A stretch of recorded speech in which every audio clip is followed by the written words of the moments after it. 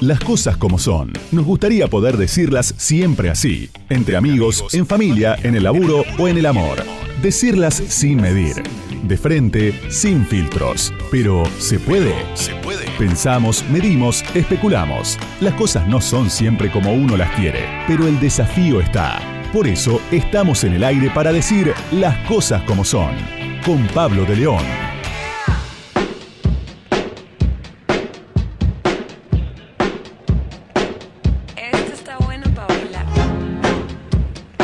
Muy buenas tardes, aquí estamos haciendo el programa número 62. Parece un arranque de los antiguos, ¿no?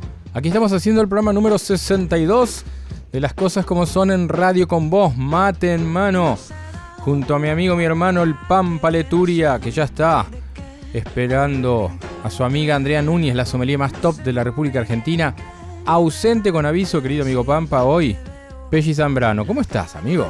¿Qué tal, Pablito? ¿Bien? ¿Todo bien? Pelli.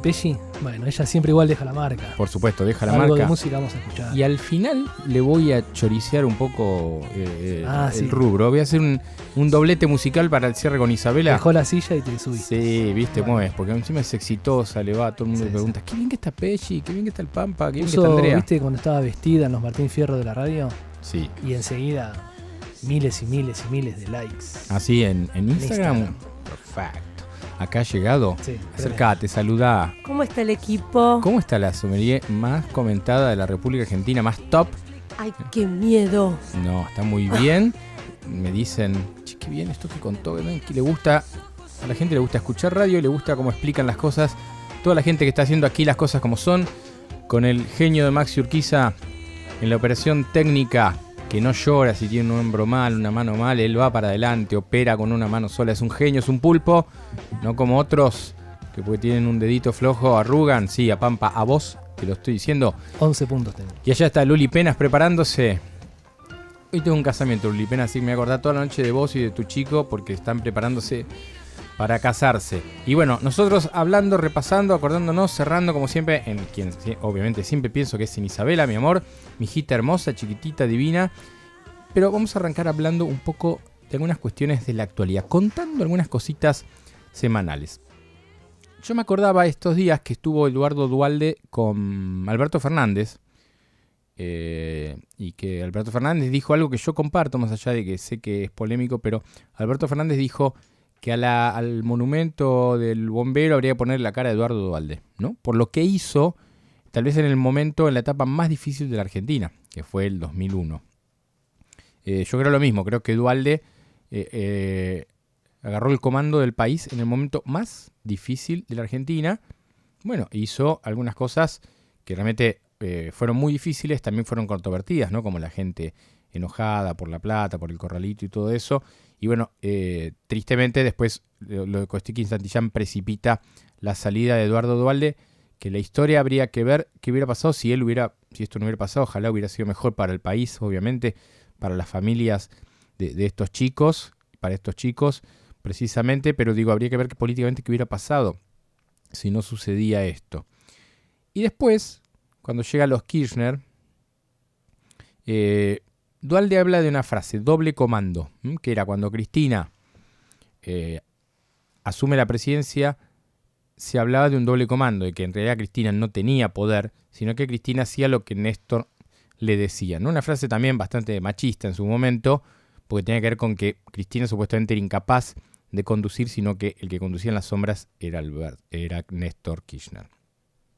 ¿Por qué este fallido con Alberto? Por algo que yo en algún programa comenté, pero obviamente como se va sumando gente a escuchar aquí en Radio con Vos cada día más y en Las Cosas Como Son también, yo conté que cuando Kirchner toma el poder democráticamente en el 2003, había un laboratorio político, que ¿qué era? En el departamento de Juncal, Uruguay, ese departamento donde hoy aún sigue viviendo Cristina, se juntaban fundamentalmente Néstor, Cristina y Alberto Fernández. Néstor Kirchner, presidente, Cristina, la esposa, pero una dirigente política de relevancia, y Alberto, el jefe de gabinete de Néstor Kirchner. Y los tres hablaban de los grandes temas que tomaban decisiones. ¿Qué pasaba? Si hacía lo que decía Néstor, fundamentalmente la fuerza política la tenía él, pero en un lugar de laboratorio y de discusión política intenso. Se discutía, se gritaban, como discuten personas apasionadamente. Y de ese lugar, donde había diferencias, porque uno a veces, no siempre Néstor pensaba como Cristina, no siempre Cristina pensaba como Néstor, y no siempre Alberto pensaba como alguno de ellos dos. Y de ahí salía una idea fuerza o una política que salía a comunicar ese gobierno. Obviamente, ese era el esquema de poder que tenía el kirchnerismo en su origen. Después, bueno, en 2010 muere Néstor Kirchner, pero un poco antes ya se había ido Alberto Fernández del gobierno de Cristina. Eso se desarmó. Y después, cuando Alberto se reconcilia con Cristina, bastantes años después, empezaron a reproducir ese laboratorio inicial, pero entre dos.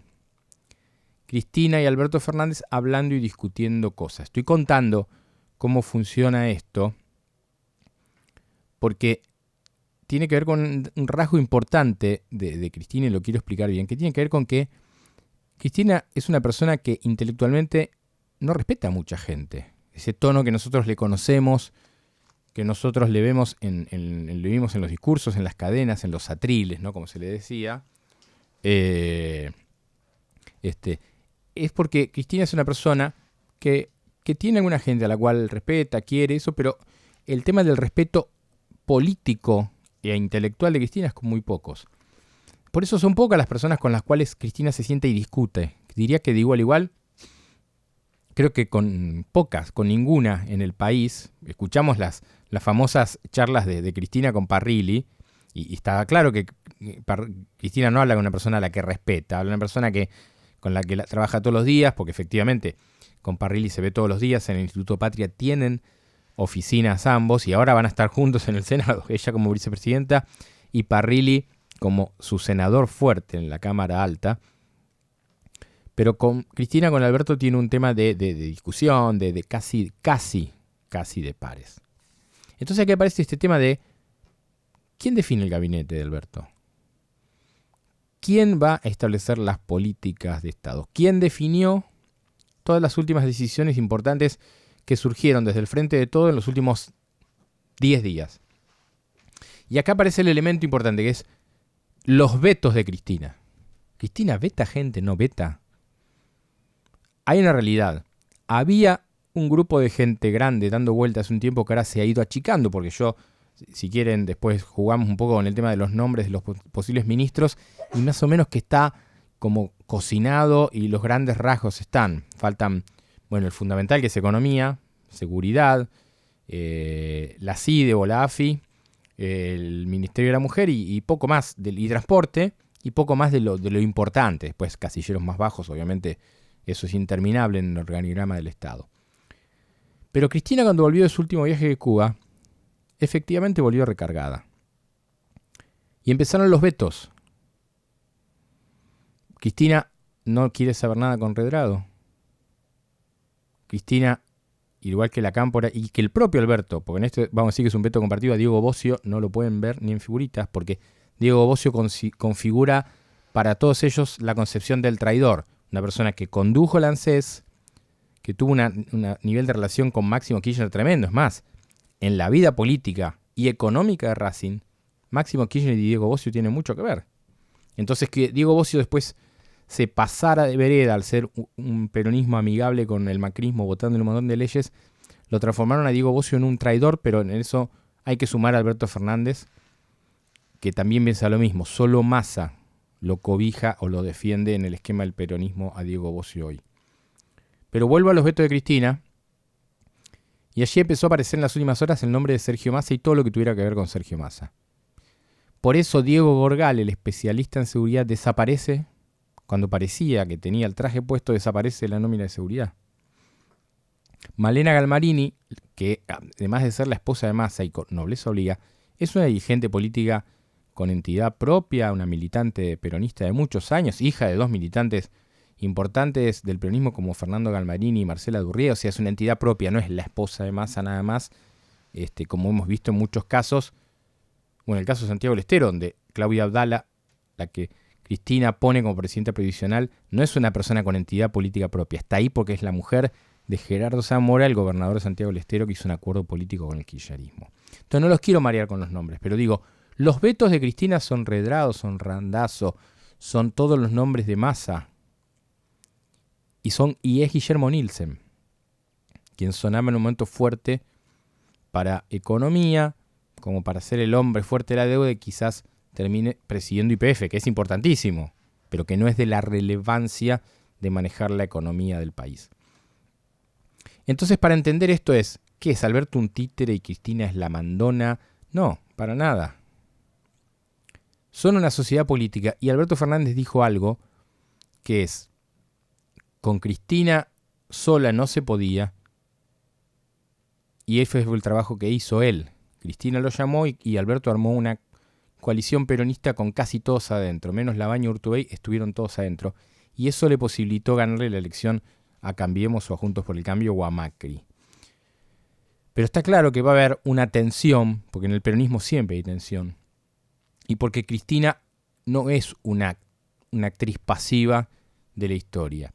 El tema es hasta dónde Alberto define. Y miren el caso del Ministerio de Salud, porque el Ministerio de Salud iba a ir Yedlin, un hombre que es el ministro de Salud de Mansur. Alberto había dicho, voy a gobernar con los 24 gobernadores. Y este representante de los gobernadores, que era Pablo Yedlin, como ministro de Salud, fue vetado por Cristina, porque Mansur osó decir al inicio de la campaña de que la renovación del peronismo estaba en marcha y que había un nuevo liderazgo que era el de Alberto. Imperdonable a los oídos de Cristina. Y por eso volvió Ginés, y Ginés va a ser, en la primera etapa del gobierno de Alberto Fernández, un ministro de Salud. ¿Que a Alberto le molesta? No, es un amigo íntimo de Alberto. Es más, Alberto en un momento decía que Ginés estaba para ser un súper asesor de él, porque Ginés quizás está grande para un trajín diario, pero está claro que Alberto tiene un ministro de lujo para los primeros 6 meses quizás de gobierno y después verá.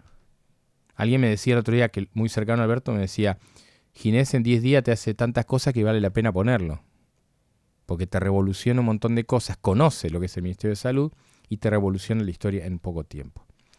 Entonces, acá va a aparecer un escenario, y por eso inicié la charla del programa con el tema del doble comando que hablaba Eduardo Duhalde, que tiene que ver con, ¿habrá un doble comando entre Cristina y Alberto? Yo creo que no. Porque aparte la primera etapa del gobierno de Alberto Fernández, en lo económico va a ser fuertísima, dificilísima, complicada, intensa. Y allí lo que va a pasar es que Cristina no va a querer aparecer como responsable de ajustes de un montón de situaciones. Porque está bien que Alberto va a tratar de, a partir de una emisión monetaria, empezar a regar un montón de cosas como aumento de salario, aumento de jubilaciones, todo eso va a ir al consumo, va a haber una cuestión dinámica bien distinta a la del macrismo, pero también hay que resolver el tema de la deuda, una negociación con los bonistas y con el Fondo Monetario Internacional que va a ser muy difícil, y ahí Cristina no va a querer saber nada. Y cierro con un detalle que es importante. En este reparto del poder que hizo Cristina, Máximo Kirchner es el jefe de bloque del peronismo, que a partir de que se sumaron los diputados de Santiago del Estero, se transformó en la primera minoría. O sea, el bloque más grande en la Cámara de Diputados va a ser el que va a conducir Máximo Kirchner. Cuando Alberto Fernández mande cosas complicadas para votar, Máximo, la Cámpora y los suyos van a tener que levantar la manito. Y ahí vamos a ver si efectivamente el poder lo tiene el presidente y el resto, y el kirchnerismo duro, el kirchnerismo discursivo, comprende la realidad y la gravedad del país y levanta la mano en las cosas difíciles que todo gobierno, que toda fuerza política tiene que hacer y votar cuando está al mando de un país. Se verá andando, claramente. Lo importante es que queremos que, como decíamos al principio del macrismo, lo importante es que resuelvan las cosas. Está claro que el macrismo no lo resolvió y, como bien reconoció Hernán Lacunza, en el último tiempo aumentó la pobreza y aumentó la inflación. Esperemos que las cosas se arreglen y que tampoco haya esta confusión política de hoy de saber si Massa está bien, más adentro, enojado, afuera, vetado por Cristina, que todo esto que enturbia y que dificulta el volumen político que necesita Alberto Fernández para ser el presidente que todos los argentinos, y fundamentalmente los más necesitados, quieren ver en acción rápidamente. Con una cuestión que tiene que ver con que Alberto Fernández tiene que dar respuestas a algunos sectores rápidamente. Ojalá esto pase y ojalá los que hoy tienen el discurso fácil, y en esto por ahí miro más al kirchnerismo más duro, aporten lo necesario para los momentos difíciles. De eso se trata la política, del arte de lo posible.